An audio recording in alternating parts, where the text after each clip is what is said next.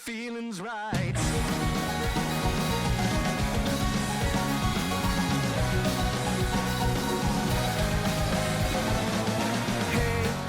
Where did we go wrong? It seems like honesty ain't held as closely as it used to be. So tell me, when did we start standing still? When we know that. Hello, everyone. This is your always tactful host, Pendy. And this is Paul, also known as EastX Twitch. Die. What's with all the dies? I'm trying to come up with our outline for this new episode, but all that comes out is die. I try to start it like this. Today on Tactfully Die. Die. That's a lot of dies. Could it be that we've reached true die saturation? I'm not sure I know what you're talking about. Well, in Tact right now, we're in the middle of the second die event. Oh, that's dierific. And you've got your review of the Die arcade game, Xross Blade. Die-tastic. We've also got news about the Die console game. Die-mazing. And there's even news about the dub for the Die anime. Die-pendus. Dynamite. I can't stop. Die-mendus. Divalus. Send help, please. Oh boy, while Pendy runs out of die-themed adjectives, hopefully, I'll go ahead and welcome our audience to Tactfully Die, a Slime Time podcast spin-off that covers just about everything in the world of Dragon Quest, the Adventure of Dai, and the Dragon Quest Tact mobile game. That's right. We'll talk about the latest and greatest with Dragon Quest Dai. I mean Tact first. Good. I'd love to strash some Tact. Well, as we mentioned earlier, Dai has once again come to Tact. Yeah. In this new event, players are able to recruit characters such as new versions of Mom, Pop, Dai, Yunkel, and Hadlar. As well as characters who are new to Tact, such as Dark King Vern, Hey Vern, and Him the Pawn. Yeah, leading up to this event, all the older Dai characters were given blossoms. None of those characters received new attacks, oddly, but it only costs half as many materials to complete their blossoms. However, some of them were given new passive abilities, just like Mam's second follow-up Frizzle Shot that makes her quite the deadly character, even as an A rank. Oh yeah, Mam's Blossom really made her, once again, one of the most lethal A rank characters in the game. I use her all the time. If you can get her in the middle of a group, she can really do some nice damage with her follow-up attacks. 2 of them now. Speaking of follow-up attacks, how about the new martial arts mom S-rank character? I saw that you got her up to 5 hearts? Yeah, she is an absolute beast. One of her abilities will automatically hit an enemy character as a follow-up attack to anyone else's physical attack. It can be devastating in real-time arena or RTA, among other places. She has super high agility, like the way I've got her set up. She's got 900 agility. It's a little bit of overkill. And her attacks can trigger more evasion, attention increase, and or increased attack power. It's so awesome that her and Bizarro the Manslayer are some of the most effective characters to use right now, especially considering they are both my favorite characters from their respective pieces of work that they come from. Yeah, she's a complete pain to face off against. But speaking of favorite characters becoming super powerful, where's my S-rank Crocodile, dang it?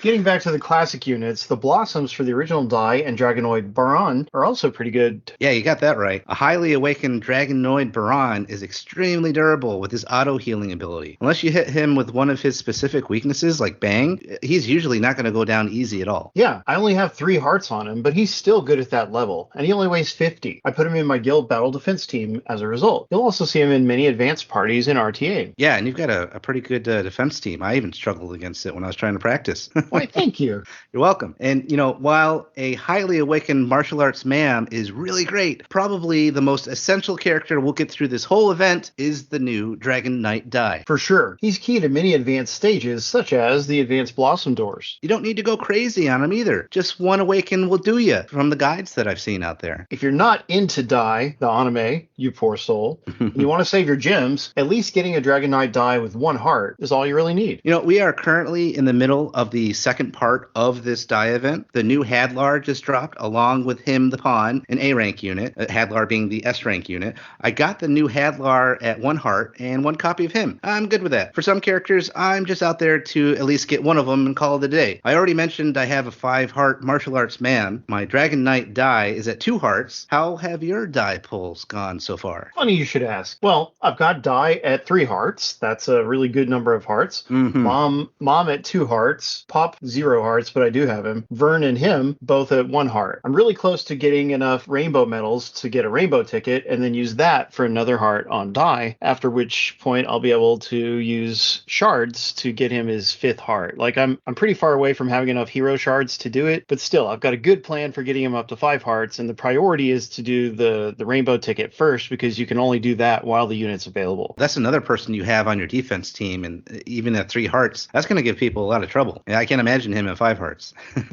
Yes, it'll be so cool. And I like that because he's not just he's not like specifically a PvP unit, you know, but it's nice. Anybody, if they're that good, you get them up to a bunch of hearts and they will help you out wherever you need them. Yeah, I mean, he is a hero character, and he does have a character builder function just like Erdrick and Solo have. So like you can, he's very effective. You can boost him up a lot. And, you know, I wasn't sure if I was going to go for 3 hearts on DK Dai, but after seeing how scary he is in your guild tournament defense team, like I mentioned before, I might just do it myself now as well. At least get that 3rd heart. Yeah, if you can afford it, I think it's a good idea to go to that. And I'd like to do that for Mom as well. The only thing is, like, I filled up her first page of stamp tickets, so it's like I'd have to do another 5 pulls to get 1 guaranteed S, and I might not even get her then, you know, then I'd have to do, I think, 5 more for the next one. So it's like the odds are not really in my favor to get another heart for her, but I'd love to if I can work out a way to do it. Mm-hmm. How's your, we've mentioned I've mentioned a couple characters already, but how's your defense team set up for this future guild tournament that we got going on, playing your defense team? My defense team, it's not amazing, but at least it's something that, you know, that requires a lot of thought and whatever, so they're unlikely to get 160 out of it.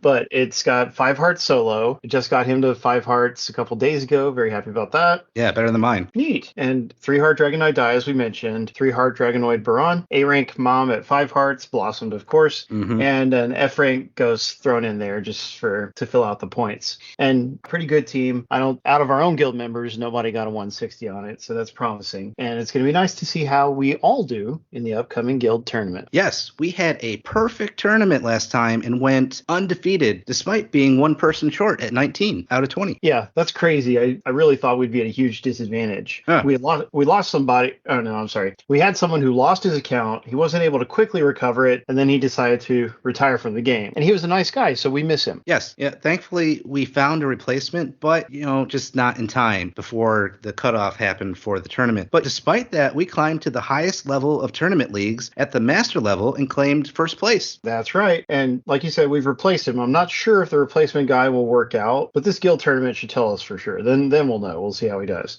But yeah, our recent Master League win, it wasn't the first time we got to the Master League, but it was definitely the first time that our guild, Aces won it. Yeah, and it helps that we didn't have to fight one of those super guilds like Starfall for once. That's right. I don't want to face those guys ever. Did we fight our evil nemesis, Big Dracky Squad? I can't remember. No, I'm so disappointed that we have not played them since I've joined. I think someone mentioned, you may have mentioned it or somebody else mentioned it, that you guys did go up against them before I joined the guild, but not since I've joined have we gone up against our true nemesis in this game. We have not faced them yet one-on-one, but those hopefully in the future. We'll get them. We've got it in for them. Yes. In the individual arena, I was able to grab another first place since we last talked. Way to go. I have not done so, although I think I am actually at full score for the week so far. Okay. One more, and I finally get the gold trophy for winning it 10 times. I'm really looking forward to achieving that. It's one of those goals that I set for myself. It's like, I want to get this. I want to get those 10 perfect wins so I can get that gold trophy. That's really impressive. I don't think I will ever get that because I barely ever get first place. It's just too stressful and time consuming for me. But anyway, how have you been winning in real time arena? Oh, not too bad. I'm at legend already from the first phase and mostly taking it easy in phase 2. Since we switched to phase 2 with the new layout, I just saw too many people sitting back with a combination that usually involved a Forest Dragon, Solo, Dragonoid, Baron, and then somebody else. And seeing just that, like every other fight, seeing that so much got old very quickly. So I decided to take it easy during this phase. I'll do my once a day, and then if I win, I'll keep going till I lose, but that's about as much as I do. Gotcha. Well, I made it to legend for the second time in a row, which is really nice for me because that was out of my reach just a while ago. But like you said, there's more and more high level players who are using cover units in their teams, and they hide at the back, and it just seems like a problem to me. Like, it is not fun to play against those people. Like, they're automatically making the match take at least twice as long as it should, you know?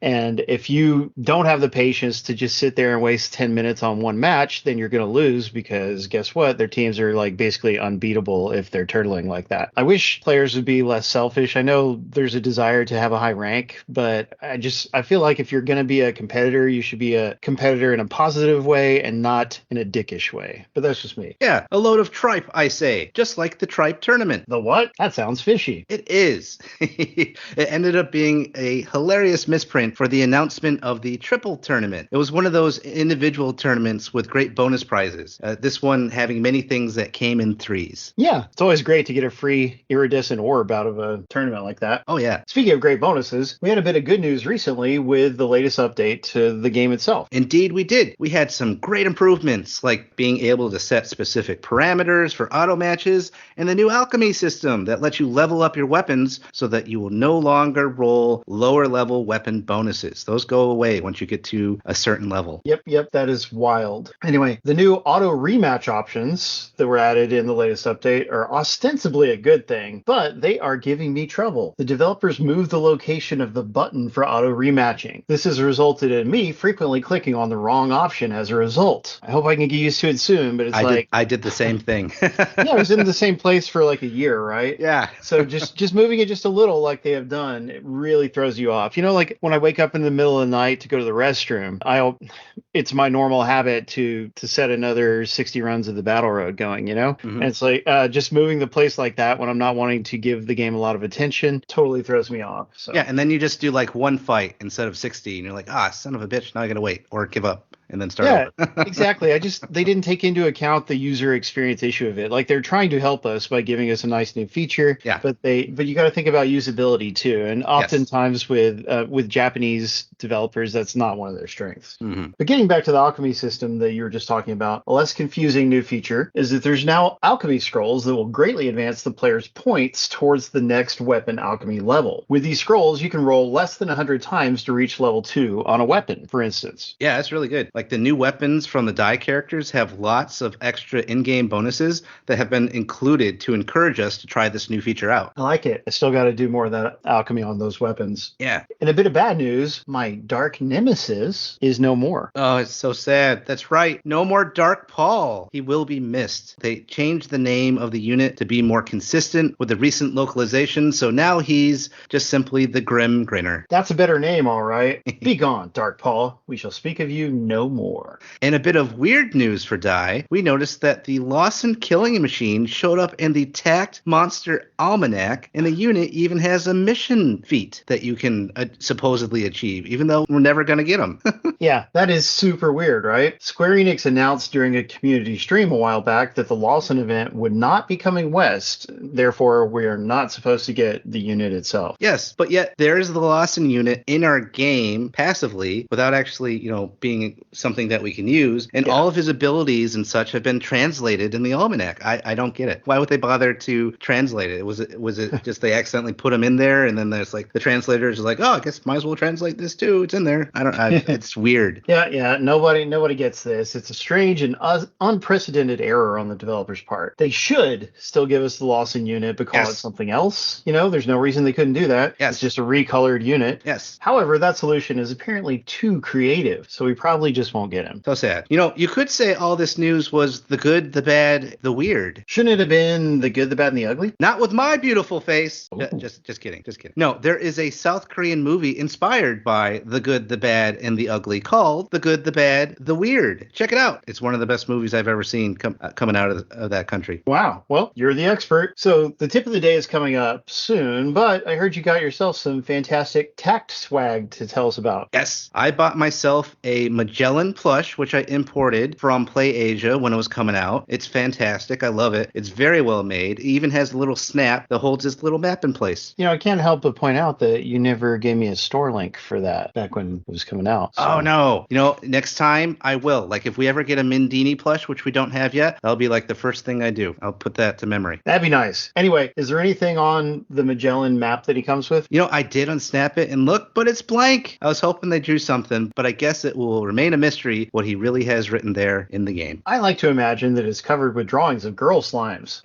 not that I'm into those, but Magelli is. Anyway, what else did you get? I heard you received a great surprise gift from a special someone. Yes, my wife is a true angel. She had a friend of hers in Japan pick up almost the entire Dragon Quest Tact Ramune drink set. 3 bottles with a bonus folder with the Dragon Quest Tact art and logo on it. The 4 bottles feature Zoma, Erdrick, the Dragon Lord, and the 4th has various monsters with Magellan and Mendini. That 4th one I grabbed myself from eBay, but wow, it was so amazing that she got most of it for me. It was a very limited time promotion at, hey, look at that, Lawson's again. That's that convenience store in Japan. So I was so thankful that she did that for me. It was such a great surprise. Oh, that's very cool indeed. Very cool of her. I don't have any Tact merchandise, no Tact specific merchandise, I should say. So I'm definitely envious there. And yeah, I haven't had a Ramune in several years. They are, it's like a Japanese carbonated beverage similar to Sprite or Mountain Dew or whatever, and a very distinctive bottle with a marble in it. But anyway, I would definitely buy Dragon Quest Ramune bottles if I saw them. Now then, before we get into the Dai portion of the show, it's time for the Tact Tip of the Day. Tip of the day! Did you know that if you put the spell buff on your characters in your defense team, they'll stay back in the Guild Arena tournament and cast the buff spell on a fellow party member instead of advancing towards the enemy? That's right, tacticians. Trying to drag out those fights in the arena? Buff will slow your guys down if they aren't baited. It can be a great tactic to make sure your attackers don't stray from any cover units that you've included in your setup. That's amazing! And that was our Tact Tip of the Day. Tip of the Day! Now let's get into some Dai. And speaking of Dai, and speaking of Dragon Quest, happy Dragon Quest Day, EastX. You're a little late with that. Dragon Quest Day was back in May. It sure was, but we got a great announcement that day. They announced the global release day for the Dai console game Infinity Strash. You said it, September 28th. Not only that, the game was announced for Xbox as well. I hadn't expected Square Enix to release an Xbox version, but I'll take it. The list now includes PC, Xbox Series S and X, PlayStation 4 and 5, and the Switch. Just about everything but the kitchen sink. Yeah, and now there's no excuse not to get the game. They also announced a digital pre-order bonus of some fantastic costumes from Dragon Quest 3 and 4, such as the Hero, Fighter, Cleric, and Sade. There's even a bonus Psaro costume for Hyunkel. That brings us to a little bit of controversy, however. Will there be a physical copy of Infinity Strash in the West? So far, signs point to no. It hasn't been directly stated by Square Enix, but it seems that digital is the only way to pre-order the game in non-Japanese and Asian countries. Yes. So, like you said, Japan is getting a physical release, and possibly Southeast Asia will too. At least the import sites seem to indicate that. And what does that mean for us? Well, the Southeast Asian versions of games are usually released in English. I had been importing Super Robot Wars games for years because of this. Until recently, they didn't get Western releases, so it was the only way to play them in English. Oh yeah, a friend gave me one of those Asian versions for PlayStation 4 several years ago. The Dragon Quest 1 through 3 collection for Switch was released physically in Asia with English language options, but only digitally in other regions. That seems likely to happen for Infinity Strash as well. Digital only in the Wild West, but you'll be able to get a physical copy in English if you import the Southeast Asian version. Personally, I'm just happy we're getting the game at all. It would be nice to get a physical copy out west, but I'll take what I can get. I'll probably get the Southeast Asian physical edition just so I can just display it. That would be cool. Now, on modern consoles, I prefer digital games because I like to just have them all installed and be able to instantly, easily play them without having to search for a disc or whatever. Gotcha. And they take up so much less physical room because I used to have a huge physical collection of retro games and such. And they took up so much room,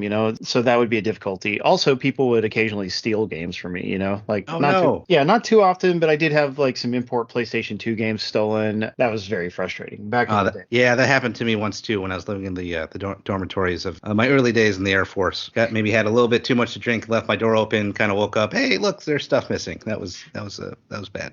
Yeah, what a huge shame. And nobody could steal your digital games from you. There's people who are paranoid about like Microsoft or Steam or Sony taking your games away, but that happens approximately like once every 10 years. I mean, it is the most uncommon thing. You're way more likely to physically lose your own game than you are to lose a digital copy of a game you bought from one of the major storefronts. Those are good points. I'm still like kind of old school, and I do prefer like the physical edition. But yeah, there are some definite advantages of being able to have something digitally like that too. I definitely understand where you're coming from on that. Oh yeah, and let me point out, like, I'm certainly not opposed to I understand wanting physical copies of some things. Like, I've got a decent collection of physical Dragon Quest games. And so I would love to have physical versions of every Dragon Quest game that's released, but it's just like, can't always afford to buy that more expensive Asian version when I could get the, the digital English version for less anyway. Gotcha. Understandable. So, something else we'll cover today was my recent trip to Japan. Most of it will be covered in Slime Time episode 74, which will be released soon, but I'm here to talk about my Dai experience there. We'll allow it. What kind of Dai stuff did you see in Nihon? Lots. I found several stores that had some Dai-related merchandise to include some of the various figures. I also found a few places that had various Dai t-shirts for sale. So I don't know if you ever saw the Flazard shirt that was half orange and half blue. I saw like an Avon symbol shirt. I even saw a Bartos shirt of all characters. That Hell Knight that raised Hyunkel when Hyunkel was younger. I couldn't resist, and I ended up getting a Hyunkel shirt that features his dark armor blade in the front. I really like it. Those sound like some really cool shirts. I love Bartos, so I'd be all about that. And the Flazard one also sounds like a really good design.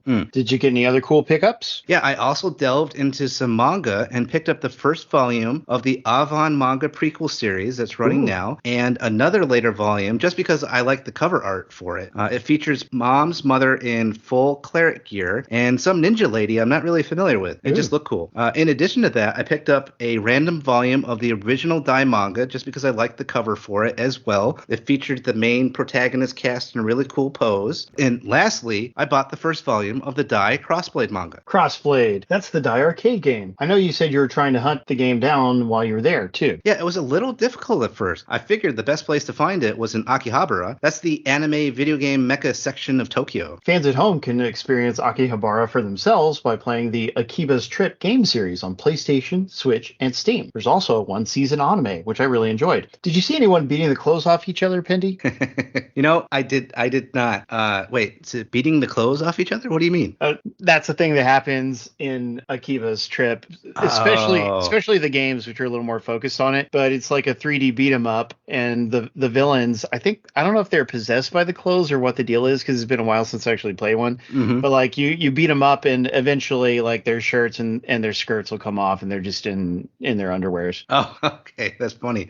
I didn't actually find Crossblade until I checked out my third arcade. It was in a section of the arcade that had other similar card battle games, like the Dragon Ball Heroes game, and there was 2 machines that had Crossblade. Why do you think it was so hard to find? So the arcades I visited seemed to all have their own particular themes. So one was mostly crane gotcha games. One had an entire floor that was dedicated to retro arcade machines that was pretty cool. And the one that I was in, where I finally found it, had a lot of those card battle games and a floor that was dedicated to nothing but fighting games, which was nice. And at that third arcade, you found Crossblade. I keep wanting to call it Xross Blade. Yeah, that's how it's spelled, but yeah, it's just Crossblade. Yeah, that's a weird name for a game. It sounds like they had to make a sequel to the show Friends without David Schwimmer or something. Xross. But anyway, how was it playing the game?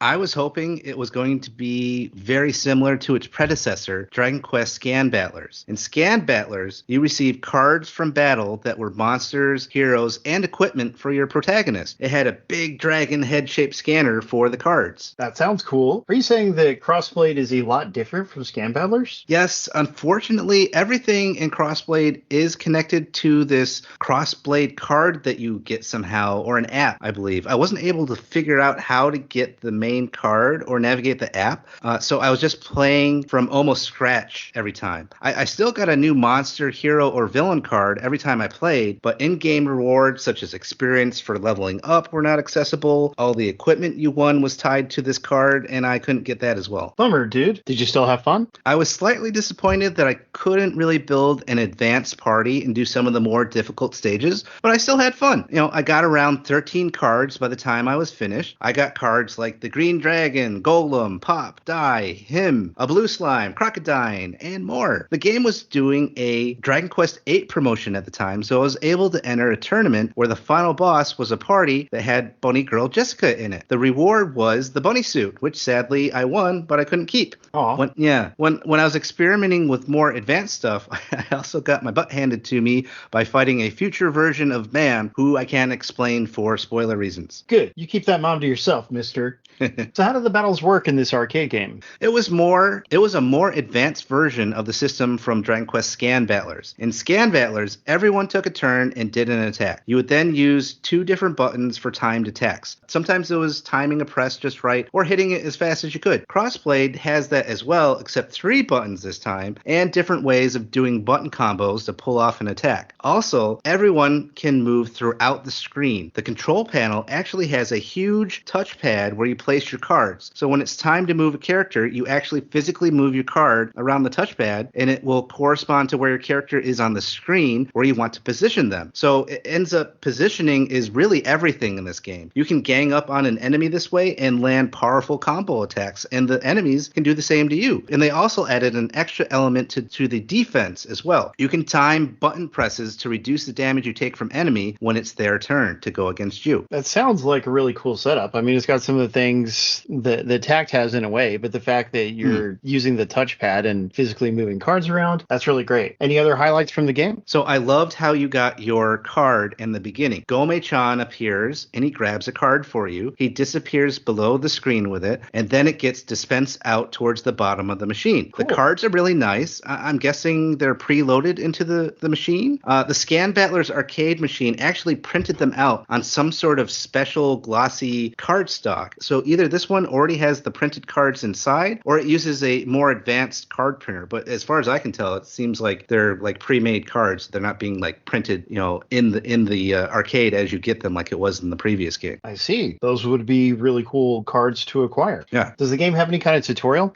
That is another highlight of the game, as of course Yvonne is your tutor in the tutorial. It's really cool. Always nice to see Yvonne again. How hard is it to play and navigate Crossblade if you don't know Japanese? So because the system is a little more complicated, it's not quite as easy to play as Scan Battler's was, but I muddled my way through it pretty well with no reading skills whatsoever. I can say 4 things in Japanese, I can't read anything, and I was still able to play the game successfully. My only problem was that I kept accidentally doing the tutorial mode that takes up 1 play session, so I kind of wasted some money being friends with Yvonne a little bit more than I wanted to, but that was okay. Oh, you're such a hardcore Yvonne fan.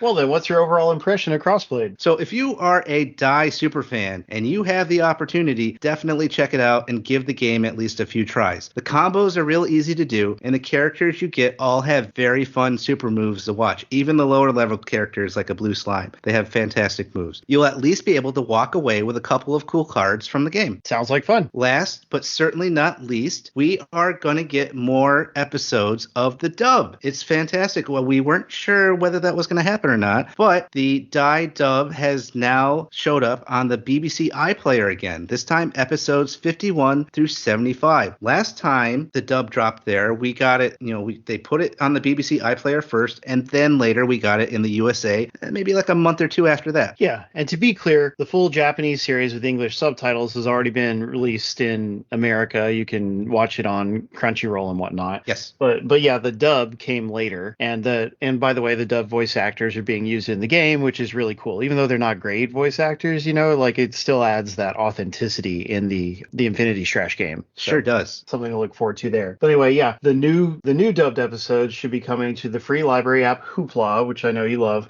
and they'll be for sale on the Microsoft Store and Voodoo, just like last time. Yes, I'm thinking that probably 76 through 100 will probably hit later this summer or fall. What's funny is that I knew this was possibly coming because there was this guy on this Dai Facebook group that said, I know people at the BBC, and this guy says that 51 through 75 is gonna drop off in the summer, and then the BBC iPlayer is gonna do the rest in the fall. And guess what? So far he was right. Apparently he actually does know a guy in the BBC, and we have the next group of episodes here in the summer. That man's a hero. Wait, aren't we missing something here? Oh, you mean our review of the Dai episode? Yes. So we had so much Dai to talk about today that we really did actually reach a saturation point. I'll try to forgive you, and I'll try not to die.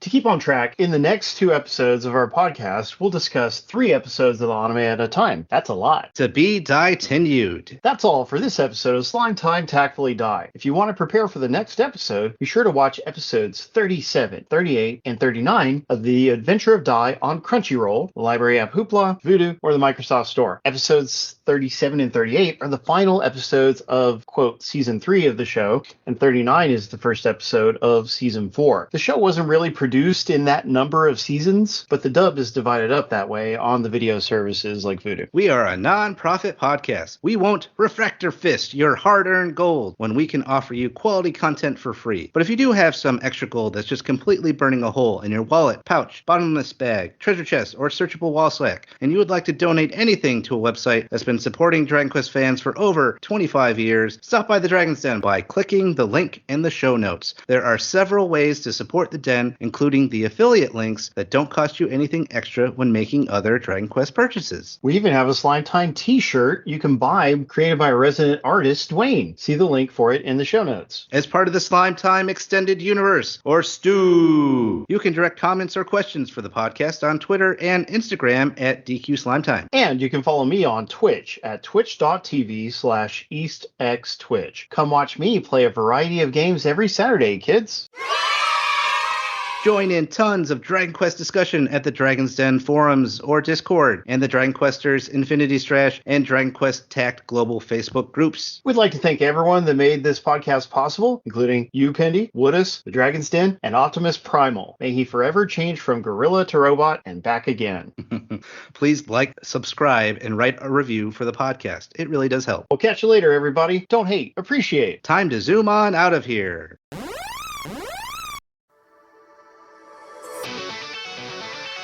Lately days are getting dark before you've had a chance. But remind yourself the truth can be a never-ending task. Even now, with what we've got, how far can we go until it's gone? Sometimes I swear I hear a voice, look, no one's in the other room. All along I thought I had an angel, someone keeping an eye on me. Even love will turn to dust. I can't help but be proud of how far we've come. But I don't plan on backing down or letting my guard down. 'Cause I knew a test would someday come my way. So I made a promise to remember every little thing, to every piece of my heart, keeping the fire burning, letting in the light to see what's waiting for me on the other side of this world. I wanna change, so reach out and find the path that no one else can. This is Gertrude for Slime Time, reminding you all that you must complete your adventure.